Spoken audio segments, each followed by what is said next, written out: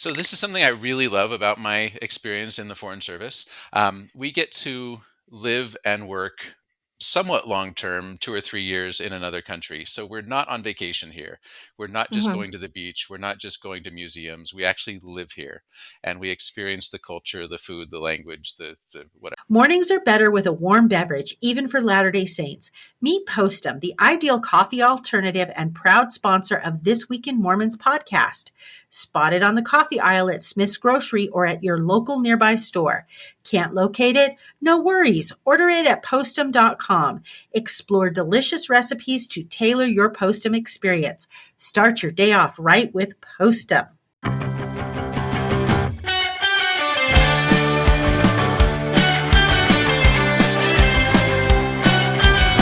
Welcome, everybody, back to This Week in Mormons. It's the Twin Siblings edition. Matt, sorry to interrupt, I don't know, 2 months ago, I made fun of you because you always said, welcome to another exciting show. And Yeah. I feel like since then, your intros have been sort of lackluster. Like, it's just like, Oh. hey, welcome. I think what you should do is try to come up with a new, is adjective the right word? Like it doesn't have to be exciting, but another, I don't know, fun-filled or adventure-seeking or whatever kind of episode you think it's going to be. Try again. Start again, Matt. I'm going to give myself that as a to-do list item, something I can work on in Put it down the as a note. upcoming week. But I didn't Melissa, know I could give you to do things. Sorry. I'm really going to work on that too. Okay, sorry. Carry on. Yes. We have a guest with us right now, Melissa. We do. I don't want to make Michael wait while I think of. I mean, it would probably, I'd just go to ChatGPT and say, what's a better intro than welcome to an exciting episode? That's like my to-do list. Okay. We have with us today Michael Cragun, and we're glad to have you with us, Michael. Would you like to introduce yourself to our audience? I'd love to. Thanks. So, sorry. I grew up in Eugene, Oregon, and I am a lifelong member of the Church of Jesus Christ of Latter-day Saints, currently serving as a member of the District High Council and branch organist and seminary teacher. Wow. Love all of those roles. I served a full-time mission in Singapore and Malaysia when I was younger, and actually now a lot younger. And then after that, I returned to BYU in Provo, where Matt, you and I were roommates for a year, and loved having that experience together. Graduated from BYU with a degree in linguistics and a minor in music. And I also, around the same time, married my wonderful sweetheart, Rosie. She grew up in the Philippines. We have 6 children. 3 of them are in college in Utah, Virginia, and Hawaii. Wow. And 3 of them living with us still in high school, middle school, and elementary school. Okay, so now we're going to ask you lots of questions now, Please, Michael. ask the questions. Okay, so first we're going to play a game with Melissa called Try to Guess the Continent that Michael has not lived on. Okay. You can start with Antarctica. I'm going to go with Africa. Correct. Have you lived? Is that the only one you haven't lived on, Michael? So you got Antarctica right. Okay. Melissa got Africa right. There are 2 others that I have not lived on. Okay. I'm out of geography. Matt, why did you throw this South at me? America. South America I have not lived on. Australia. Oh, that's a continent too. Sorry, Australia. I have not lived in Australia. Wait. So Philippines, all of these, Singapore. Is Singapore part of Asia and not Australia? Now we look like geography idiots in front of Michael.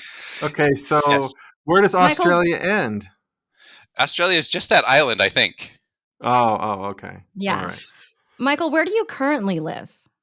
Currently live in Seoul, Korea. Oh. And the district that you're a part of is which district?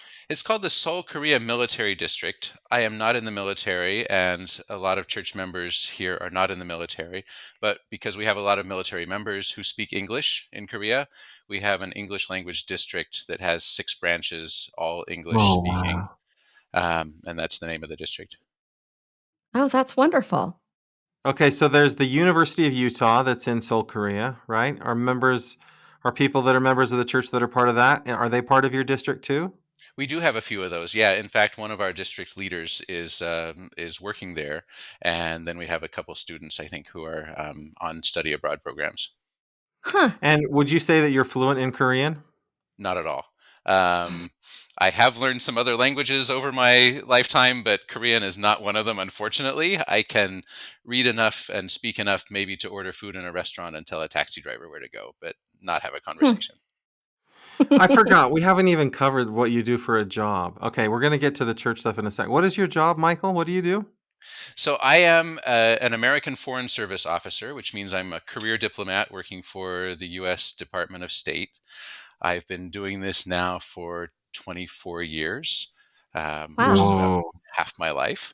Um, and in this career, I have, and my family and I have worked and lived in several different countries around the world, moving every 2 or 3 years to serve at a different American embassy or consulate. And everybody has to do a stint in Washington, D.C., right? That is true. Yeah. So I've also served in Washington, D.C. So you've lived just like 2 years in D.C., and then the rest was other places? I did serve. So different people structure their careers differently, but I have served officially for 2 years in DC, and then I've also been in DC for training periods as well. Wow.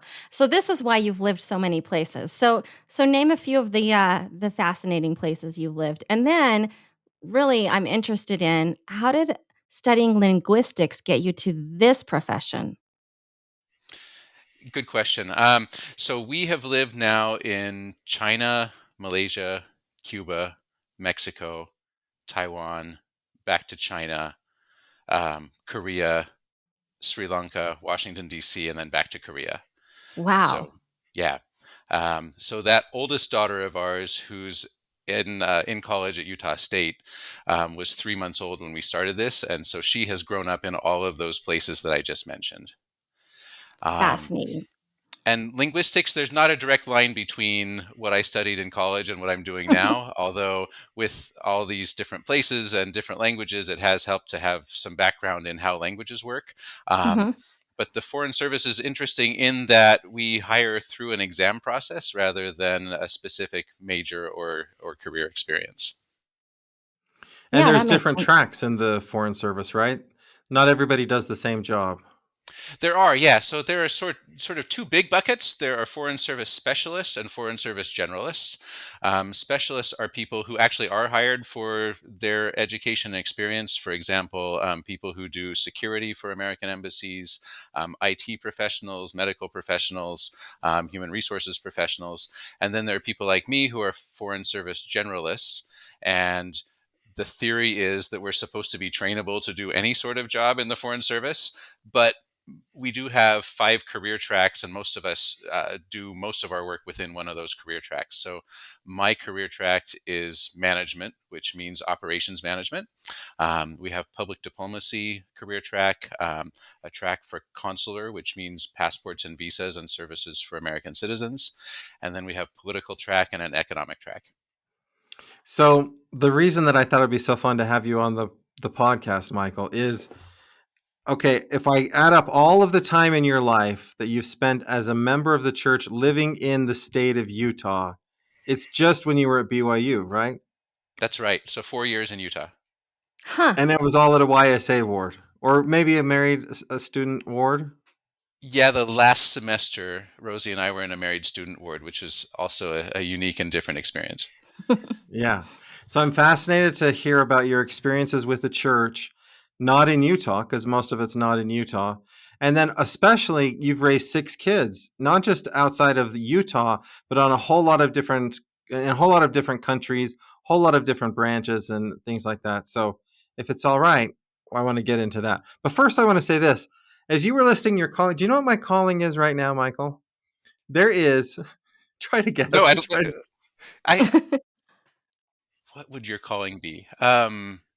This is fun. This is I feel fun. like you should be an activities director or something like that, but I have no yeah. idea. That would be way too much responsibility for me. No, my calling is there is I think he's 6 years old, maybe a 7-year-old kid in our ward that has some behavior challenges. And they say, hey, somebody needs to sit with this kid in primary. So I sit with him in primary. And all we do is just hang out.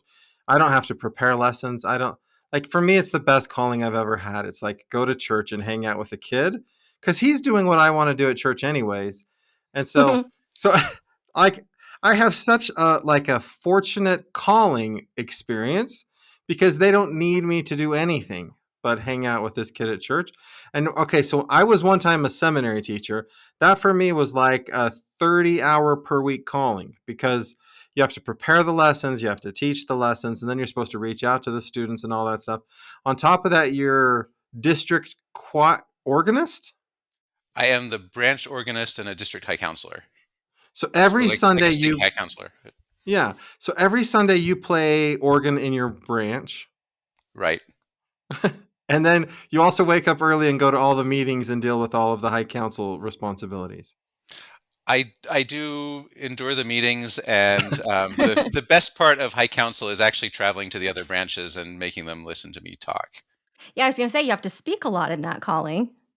And I actually enjoy that, partly because I Yeah, get to meet members of the church in all these different parts of Korea who yeah. speak English, and partly I actually kind of enjoy speaking in Uh-huh. church, and I have like a ready audience there that has to listen to me. So Yeah. it's kind of magical. But Matt, I would say if I could choose any calling in the church, I would be the primary pianist because like Oh, you, yeah, yeah. I can just show up for church and do my thing. I play piano well enough that songs in the children's songbook fine. So I can show up. I don't have to worry about preparing a lesson. I wouldn't have to worry about child discipline or keeping kids quiet during primary. I could just smile and watch the teachers doing that and play some songs. So yeah. Yeah, Okay, but so but Matt's right. As a go very ahead, Melissa. active member of the church that Matt is, he literally he just isn't needed. Let's be honest. Like his talents and strengths aren't super needed. I'm the same way. I'm a very active member of the church. I don't have a calling. Even though Mm. we're assigned to a YSA ward, I technically don't even have a calling. So it's interesting that you have so many big busy callings, and I guess that's just the nature of the church abroad. Is that true? So here's the secret about my seminary teacher calling. I was a real seminary teacher in Northern Virginia a couple years ago. Now I'm a seminary teacher only for my own two sons who are that age. Mhm. And here in Korea, the seminary is mostly online, and my kids were just not thriving in that seminary environment. And so I asked if I could be called as a seminary teacher to teach my own kids. That's a For us, brilliant idea.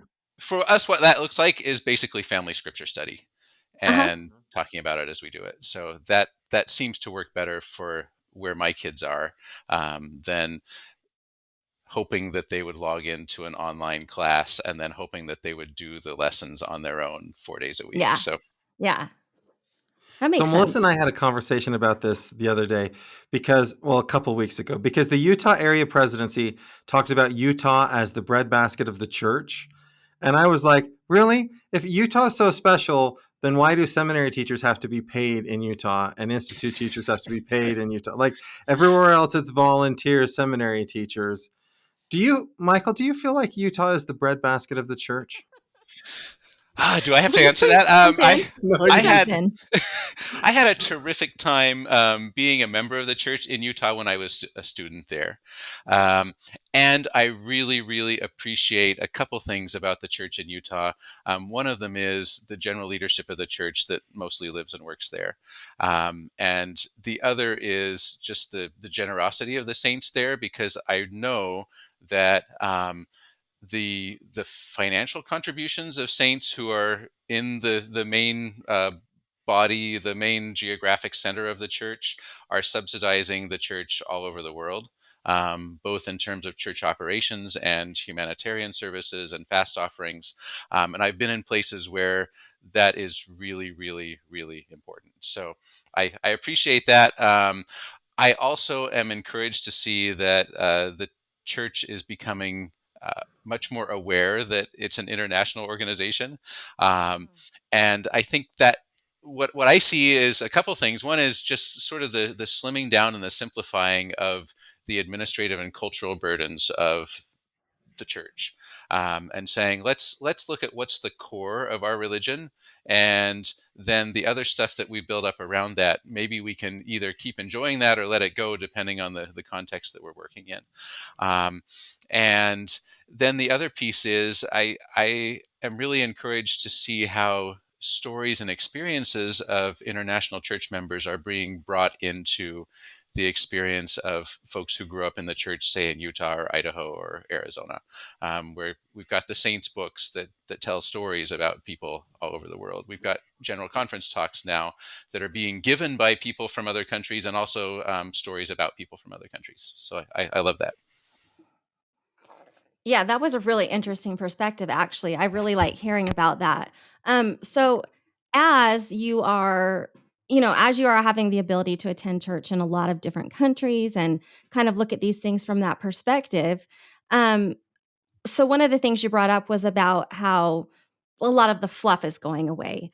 My question is, with that fluff going away, is it harder in the church in these different countries to be a community where it feels like the church is going more towards home centered, right? Learning.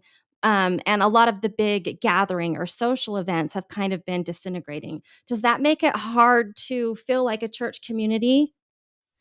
I think yes. We've kind of moved from an extrovert church to an introvert church in a way, Uh huh. and I think COVID contributed to that. I'm naturally an introvert, so I actually loved the online COVID time church meetings. Just sitting around the living room with my family, and then we'd switch off the video and have the sacrament there in our own living room, and then we'd get back on and listen to somebody talk. And yet, after that, I've realized how very much I treasure the relationships that I've experienced in the church. Um, and Melissa, you and I were talking before we started recording about something you do in your young single adult ward. You have a social gathering, food and games, Yeah. and I love that you're doing that. I think that's super important for people who are at that stage of their lives, and really kind of for all of us. We there's some danger, I think, when we focus solely on my own relationship with God and we miss my relationship with you and your relationship with me. Yeah. So I want to ask you some really specific questions about experiences you and your family have had. So you mentioned that you've lived in Cuba. You mentioned that you've lived in China twice. And I'm not super familiar with the church in these areas, but my guess is there's restrictions on church behavior in those places, restrictions on what you can and cannot do, what you can and cannot say in public. How do you, as an individual, and then as a family, like, how do you handle church when it's in a situation like that? Yeah, that's a great question. So I'll give you information that could be a little bit outdated. So if anybody listens to this and they've been in those places more recently, this might not exactly match their experience. But in China, when we were first there, we were in a city that had very few foreigners, in northeast China. Um, and our church group, we didn't have a ward, we didn't have a branch, we had a group that was part of a branch in another city. And our church group had anywhere from two families to four families during our time there. Hmm. And we rotated having church meetings at our apartments. So Wow. one week, our friends would come to our apartment and we'd hold church there. Next week, we'd go to theirs and hold church there. And that was our church experience. At the time, it was my wife and me and our toddler in Uh-huh. our family. And then And there's no temple nearby. So the there's no idea of like temple. going to the temple regularly or any of the things we think of doing church regularly, you're not doing any of that because it's not there. We were not. That's right. Yeah. Yeah. And I think spiritually for me that was a little bit tough. The interactions that I have and the regular contact with church organization and church members, I think is helpful for me spiritually. Um, Later, when we went back to China 10 years later, we were in a different city with more foreigners. And in that city, we had a branch of the church. We usually had about 80 to 100 people there at our meetings on Sunday. So maybe smaller than a ward in Utah, but still a decent number of people there. One of the unique aspects of the church in China, and I think this is still true, is that Chinese church members and foreign church members are not allowed to meet together. They're not in the same branches. They have separate branches. And that's a restriction the Chinese government has placed on us. So we have very vibrant, strong branches of the church that are only for foreigners, and I assume very vibrant, strong branches of the church that are only for Chinese members. But we didn't mix with each other, and so I think we missed something there. But it's what we do in order to honor the laws of that country. And then in Cuba, when we were there again quite a while ago, we had a small branch of the church with only Cuban members and our family. So Huh. Wow. and all of those Cuban members were relatively recent converts to the church. We had a Cuban branch president, and he was the only person with a formal calling in that branch. And so, and he insisted on having 3 hours of church every Sunday, even though, there, yeah. um, and so we had the only children in that branch. There were usually about 20 people there at church on Sunday. Everybody else was an adult, and our 3 children at the time.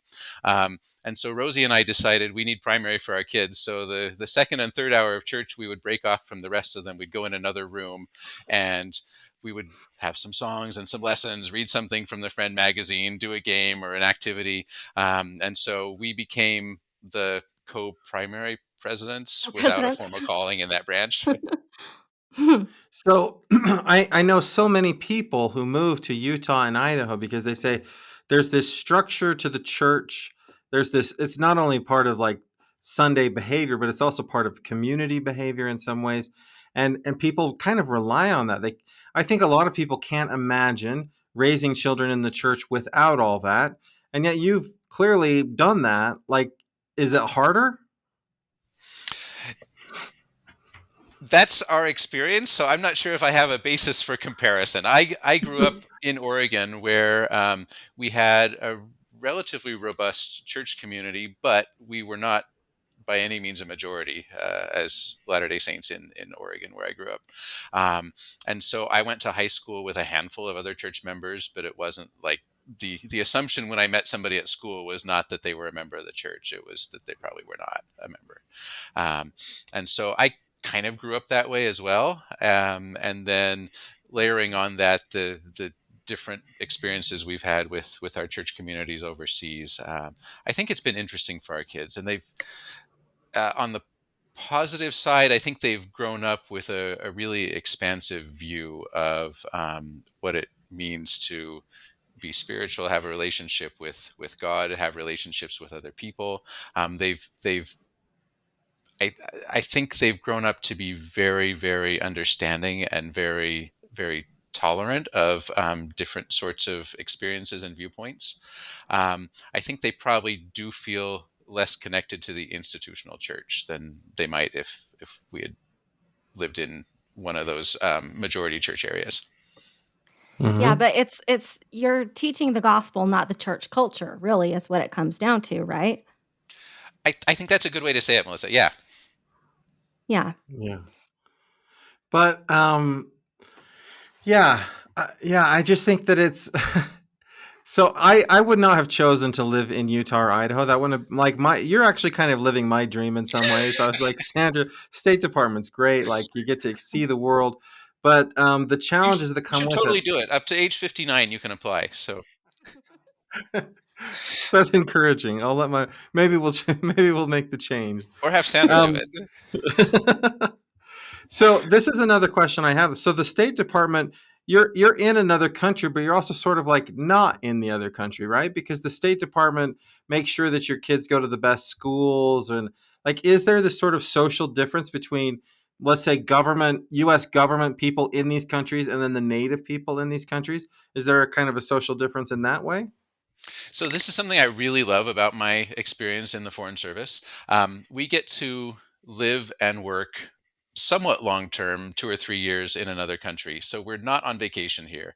We're not just Mhm. going to the beach. We're not just going to museums. We actually live here, and we experience the culture, the food, the language, the whatever.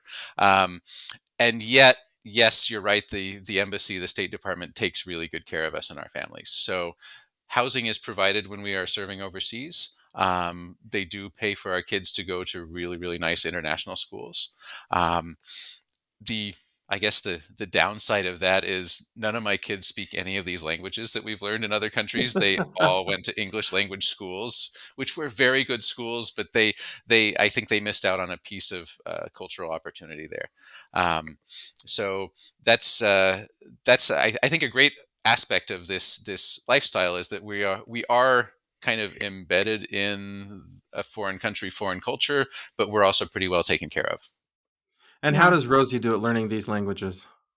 So Rosie is super outgoing and she loves adventure and she's her approach to learning language is just talking to people. My approach is more of a classroom based approach. And so here's a story about Rosie. We were in Cuba, sitting on chairs on our front porch, kind of like retirees, but we were doing this. So just one evening, just two of us sitting on our front porch on chairs. Our house was located on kind of a busy corner in Havana. And so Cuban people were walking by on the street all the time, chatting and talking and laughing with each other. And Rosie bust out laughing. And I said, "What?" And she said, "That guy just told a really funny, dirty joke." And and I said, "I totally did not understand that because my Spanish training was all in a classroom, and her You didn't Spanish learn that at the training, State I Department? totally did not. And her Spanish learning was all like talking to people like this. Mhm. Yeah. Now you said she's from the Philippines Yes. and you guys met at BYU. Was she already a member of the church? Was she a lifelong member of the church? So we met twice. The first time we met Oh. was when I was a missionary in Singapore, and she was a new member of the church there. Oh, And interesting. so, church in Singapore is relatively small. There was one stake, and so we sort of knew of each other, met each other, and then we both ended up at BYU, and then later she was at Utah Valley University, and so we renewed our friendship there, and then we got married. Oh, that's a wonderful story. So as you guys are raising children, she doesn't really have that growing up in the church kind of church experience either, right? So I mean, I guess in a way that kind of makes it so that you really do get to kind of, I don't know, design this church training that you've done with your family. You kind of get to design it together. I think it's really cool how you guys have really just kind of jumped in and said things like, we need primary this way, we need seminary this way. I think that speaks a lot to that.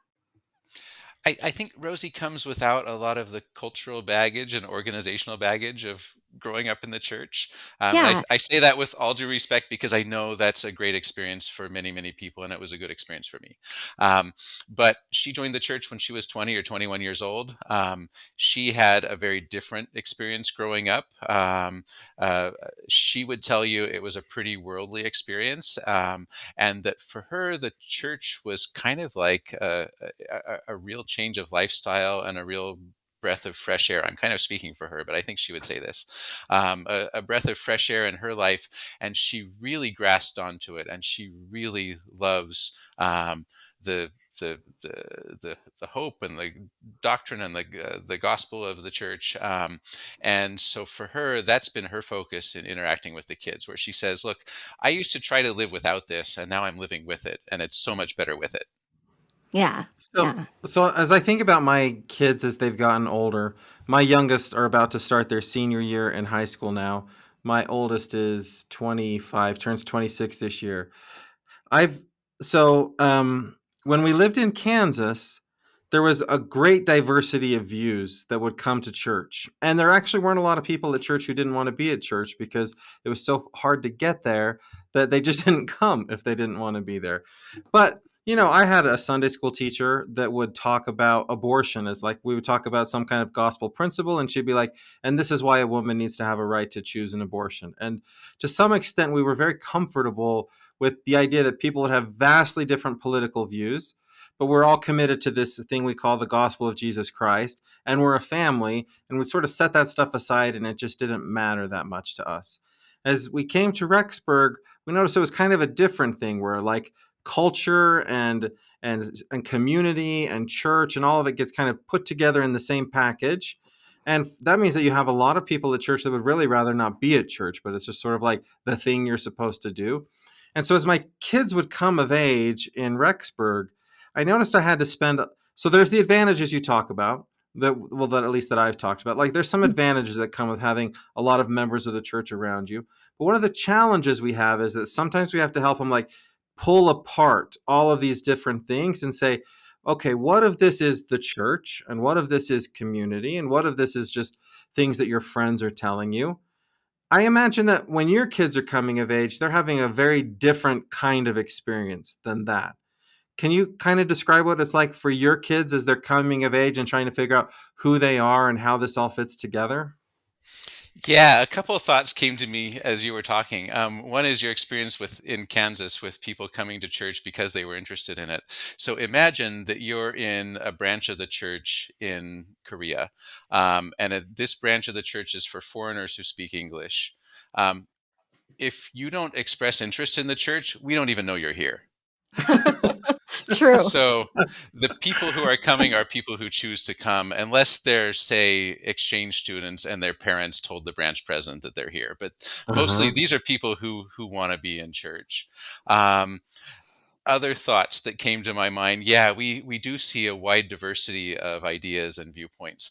And some of the things that are culturally really important in America, just they're not issues that play overseas. I'm thinking the debate over Second Amendment right to keep and bear arms, big deal in the United States. Um, Not such a deal in Korea. Like you're not going to hear a conversation about gun rights in church in Korea or really anywhere else in Korea. So it's just a different conversation. Now, other issues might be really important. I was in one country where there's a wide gap culturally between roles of men and women. Even how do I say this? Even a wider gap than the than the cultural church in Utah and Idaho. Can I say it that way? Yeah. Even more sexist than Utah? I did not use that word, but thank you. Okay, so so in this country, wide gap between male and female roles, and this was around the time when President Uchtdorf gave the talk that was about women exercising authority and power in the priesthood as they serve in their callings in the church, and we were getting ready to have a district training meeting, and I said to the district president, we should talk about this talk that Elder Uchtdorf gave about women exercising authority and power in the priesthood in their church callings. And he thought for a minute, and then he said, "Yeah, we could do that, but you have to do it."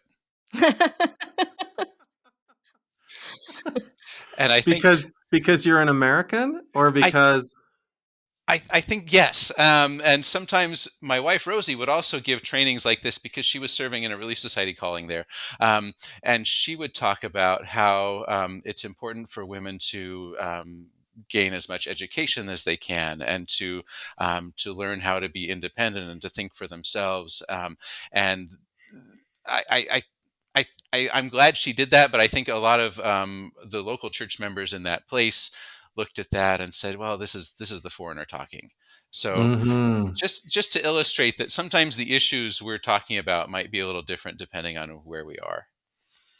And But yeah, members of the church in foreign countries respect Americans' viewpoints on it more than foreigners. um, often they do. Often they listen to the Americans because they perceive us as coming from the center of the church, and Wow. also for those like me who've grown up in the church, I think there's some deference to people who've had that experience. But there's also the other side of it where when I'm saying something to my fellow church members from another country, they might be thinking in their minds, "Yeah, that probably works great in Idaho, but this is Uh-huh. whatever country." So Okay, so then does it feel like general conference talks oftentimes maybe just don't apply? Like the things that sometimes I feel like President Oaks gave the Constitution talk. Like, what are you supposed to do with the Constitution talk in Korea? Like, does it sometimes feel like there's a big disconnect between general conference topics and what's going on in other countries? yeah, so I loved that talk he gave, but if I were, say, a Latter Day Saint in Rwanda, that probably wouldn't be my favorite talk in that session of General Conference. Yeah, Yeah. makes sense. Okay, what about this? I'm anticipating our new hymn book coming out in the next, at least year. Do you think there's a need for songs from different cultures in the hymn book? I sure hope so. Like, I don't know if this is the immature part of me, but I would love to do like an African chant in sacrament meeting. But Right? well, that Yeah. that may not happen in Korea, but we'll see how that plays out. We did. I will say, this past Sunday we sang one of the new hymns that has now been added to the Gospel Library app. So we were pretty excited about that in our Oh, band. yeah, That's that is fun. cool. Yeah. We still haven't done that in our ward. We've yet to sing a hymn from the new hymnal in our ward. So, so Michael, my perception is this: from the time we were in college until now, the church has become much more global. And as the church becomes more global, it shifts the way that things happen in the church administratively and things like that. Like if you were to sort of project forward, right, and sort of like say, looking at the changes that have happened as the church has become more global, like what does the global church offer to people who have the Utah experience or whatever that you think is going to like this is things that are going to change probably in the church as the global church becomes more integrated into church leadership? Couple thoughts on that. One is I've been thinking recently about the Lord's statement in the Doctrine and Covenants about this being the true and living church. And I've been thinking about the balance between a true church and a living church. Hmm. And f- for me, true means we sort of hold fast to those values and those doctrines that are really key and central to us. And living means that we're willing to adapt and we're willing to receive new revelation and integrate it into our life and our worship experience. And when we get those out of balance, I think we do less well as a church. When we're in balance, I think that's where we hit the sweet spot in terms of what it means to be the Church of Jesus Christ of Latter-day Saints. Um, and the other thought was this: a few years ago, I think it was during the pandemic, there was a session of General Conference where all the speakers were from different countries. Mhm. And I think that's still my favorite session of General Conference ever. And the thing I liked about it was not only that the speakers came from these diverse backgrounds, but that each of them spoke about their own experience and how they gained their own testimony and how this became important in their life. Um, and I think if we could learn to listen to each other's experiences in that way, then I think we'd be a stronger church. And if we could say, there's this church member who had this experience in uh, choose a country, Belgium. And I've noticed Elder Neil Anderson has done this really well recently, where he's pulled experiences of members from different places, and some of the other speakers as well. But pulling these experiences and saying, you might have a different culture and you might have a different background and your lifestyle might look different.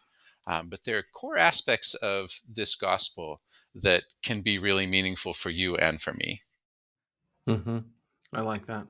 So, Michael, there have to have been times as you're sitting in church in some foreign country with your family, and you have like this sort of thought of like, "Oh my goodness, I can't believe like this is my life. I can't believe this is like happening to me at church." Like, can you think of examples like that where you're just like just things that are completely unexpected, things you never would have anticipated when you charted this course for yourself? So many.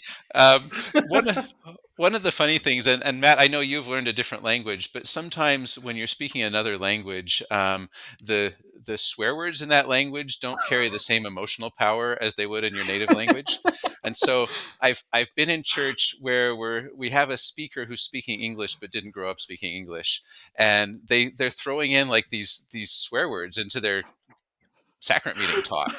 And Rosie and I are trying not to giggle and probably not succeeding sitting there in the pew. Oh, that's hilarious. That's Yeah, hilarious. that's a great story. Michael, where were you living during the pandemic when all that was going on? When that started, we were living in Sri Lanka. So we were there in Sri Lanka Oh, for the first 3 or 4 months of the pandemic. okay. And then for the rest, we were in Washington, D.C. Okay. Very Okay. different, those two experiences. Sri Lanka completely shut down. The shops, restaurants, grocery stores, everything was closed. There were police and military patrolling the streets, arresting people who came out without permission. impounding people's cars if they came out driving without permission. Um, Wow. and Wow. they didn't, so they'd arrest people, but they wouldn't actually send them to jail, because sending people to jail during a pandemic is also not a great idea. So they'd arrest them and then release them back. Um, but then these little neighborhood markets kind of grew up, where people would bring a truck out and they'd get permission somehow from their local police office to sell meat or vegetables or fish out of the back of a truck. So that's how people lived for a little while there during the beginning of the pandemic in Sri Lanka. And Was it it was frightening so, for the people there? yes. Yeah. And so we live kind of a privileged life in that we know the embassy will take care of us, and if things get really bad, then they'll fly us out. And so for us, what I really loved was suddenly it was so quiet, and Mm. the skies were clear. There was no more air pollution, and there was no more noise pollution, and I could hear birds, and I could hear the waves in the ocean a couple blocks away from where we lived. But we had members of the church there who lived kind of day to day with these day jobs, where they'd go out and sell things by the side of the road, or they'd work in a market, or they'd work at a restaurant and get paid by the day or by the week.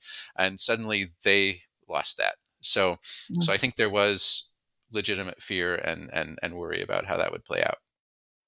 So that reminds me of something just logistically about the church. So, in terms of church welfare, right? If your ward doesn't have enough for fast offerings for your ward that comes in, you can get help from Utah. Is that true in these countries? Like, if there are people in your branch that are really struggling, the branch president has a way to get access to fast offering money to help people out, or is there a limit to that in these other countries?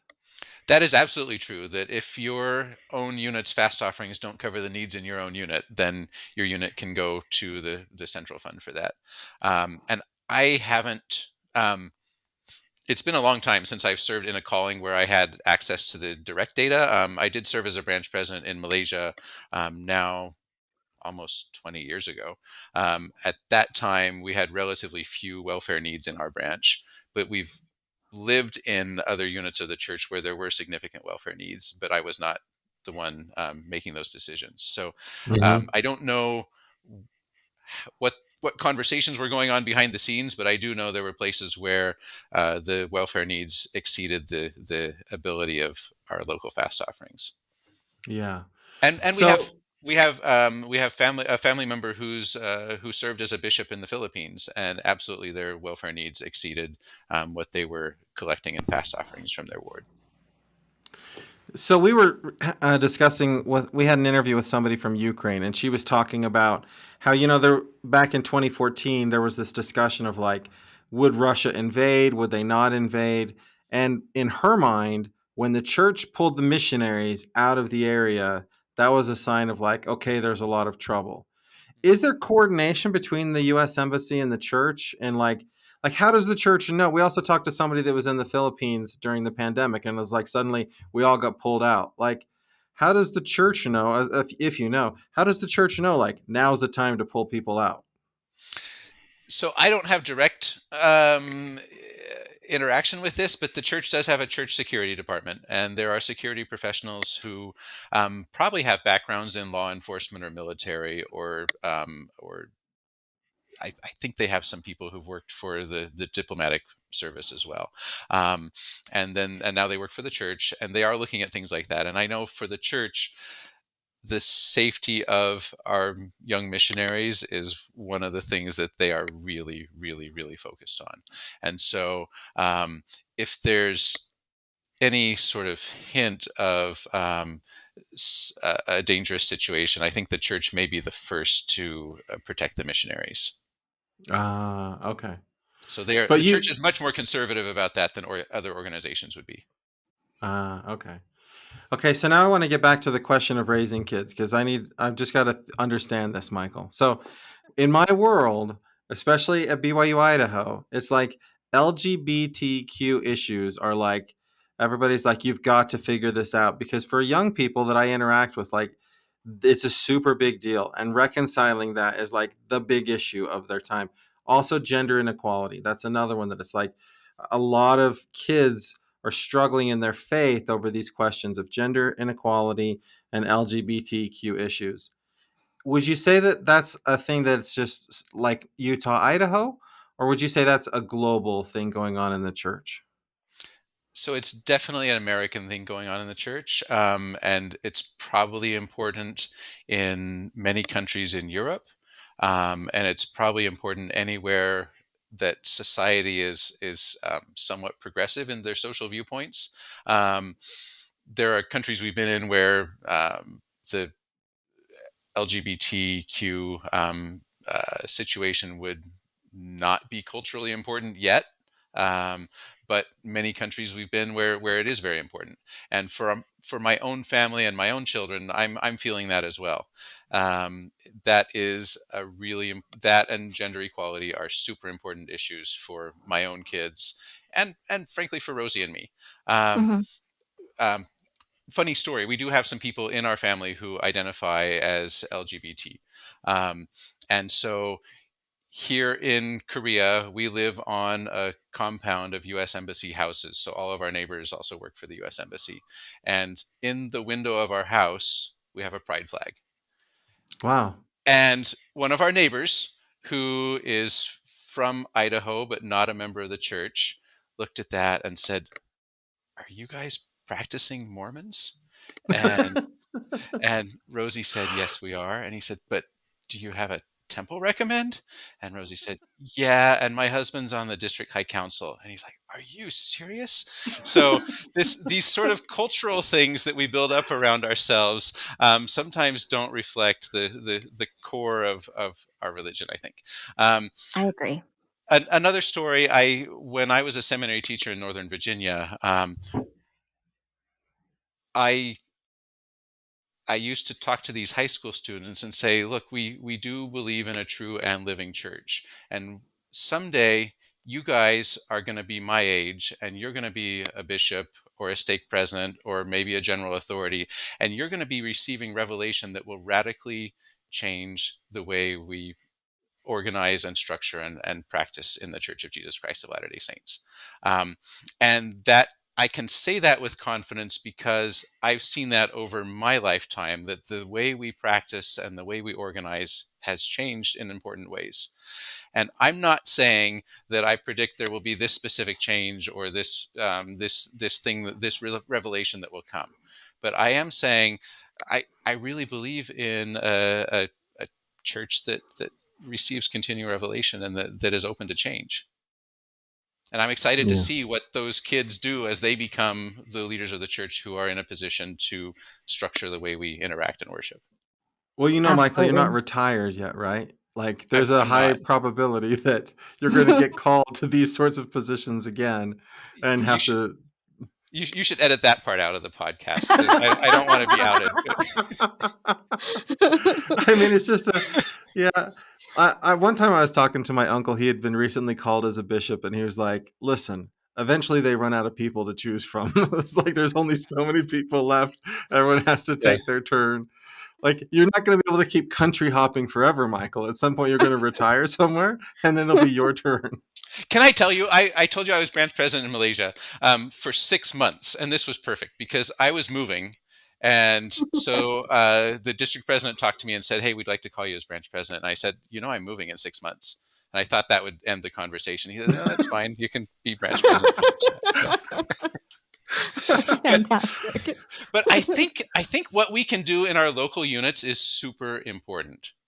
I Yeah. There agree. are some general policies and practices of the church that you and I don't have direct authority over, and Hmm. I'm not sure I even want direct authority over those. I'm not sure if I'm in the place or the frame of mind or the spiritual capacity to have that type of authority.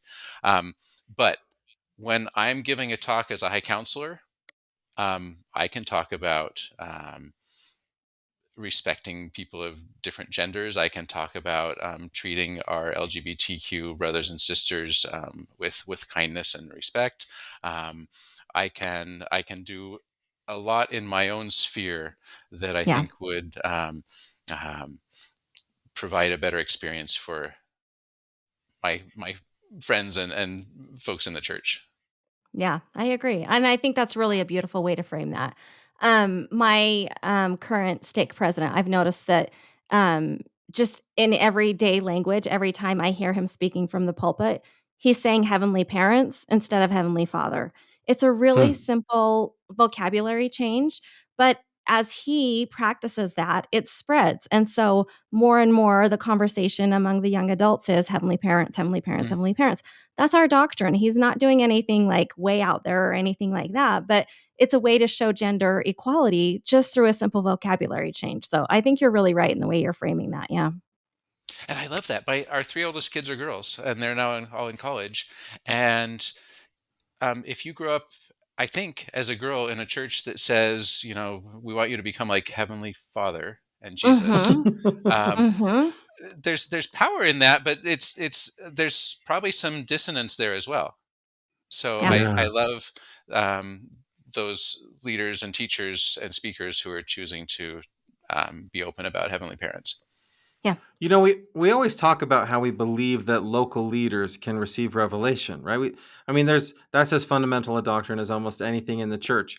But I do think that far too often, by the way, local leaders make mistakes sometimes. But some of my best experiences in the church come from local leaders helping me to figure out things that are going on in my life. And I think that sometimes we're wanting to make big changes at the general authority level or maybe even the area presidency level. And we don't need the big changes because we've already have a structure in place that allows for local leadership to receive revelation and guidance to help the congregation in the place where they live. Should I just say Well said, yes? Maddie. Yeah. Yeah, I didn't know if you agree with that, Michael. I Like, do. yeah, you have seen local leadership in much more variety than I could possibly imagine, right? Like you've seen local leaders like who have no experience at all running branches, and so you've just seen this whole variety. So that's why I wonder. Yeah, you agree with me on that? I do agree with you. And the other aspect of that, just because a lot of this conversation has been about my experience in the international church, um, the things that your bishop is talking about in Rexburg, Idaho, might not be super relevant to the things that a branch president needs to talk about in Colombo, Sri Lanka, Mm-hmm. and vice Yeah. versa. So having a branch president and a bishop who have access to continuing revelation and who have a deep knowledge of their cultural context and who deeply love the people that they're trying to serve, I think that's powerful.